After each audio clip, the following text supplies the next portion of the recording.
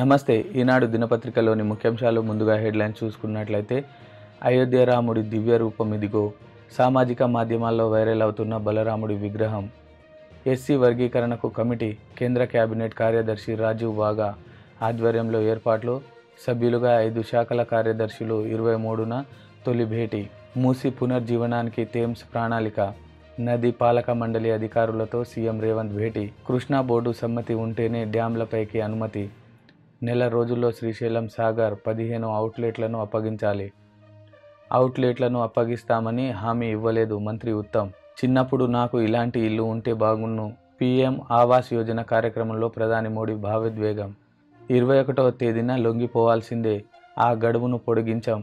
బిల్క్స్ Bano case దోషులకు supreme court స్పష్టీకరణ. జమిలీ ఎన్నికలు రాజ్యాంగ విరుద్ధం, కోవింద్ కమిటీని రద్దు చేయాలి ఖార్గే. కృష్ణా బోర్డుకు ప్రాజెక్టులు అప్పగింతతో రాష్ట్ర ప్రయోజనాలకు తాకట్టు, మాజీ మంత్రి హరీష్ రావు విమర్శ. ముందు చూపు లేకుంటే ముప్పే, గ్యారంటీ రుణాలపై గరిష్ట పరిమితిని నిర్దేశించుకోవాలి. రాష్ట్ర ప్రభుత్వాలను ఆర్బీఐ వర్కింగ్ గ్రూప్ కీలక సూచనలు.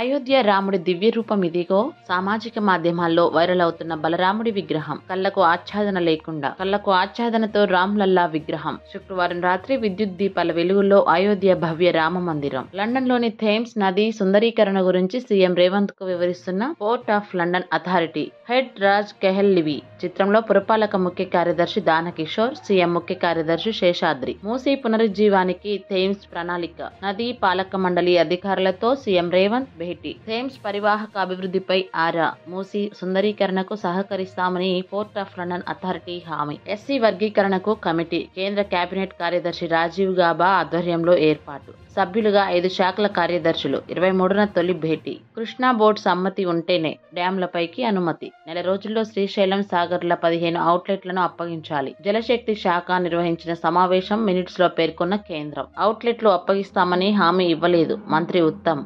చిన్నప్పుడు నాకు ఇలాంటి ఇల్లుంటే బాగుండు. పీఎం ఆవాస్ యోజన కార్యక్రమంలో ప్రధాని మోదీ భావోద్వేగం. షోలాపూర్లో 90,000 గృహాల అందజేత. 21వ తేదీన లొంగిపోవాల్సిందే, ఆ గడువును పొడిగించాం. బిల్కిస్ బానో కేసు దోషులకు సుప్రీంకోర్టు స్పష్టీకరణ.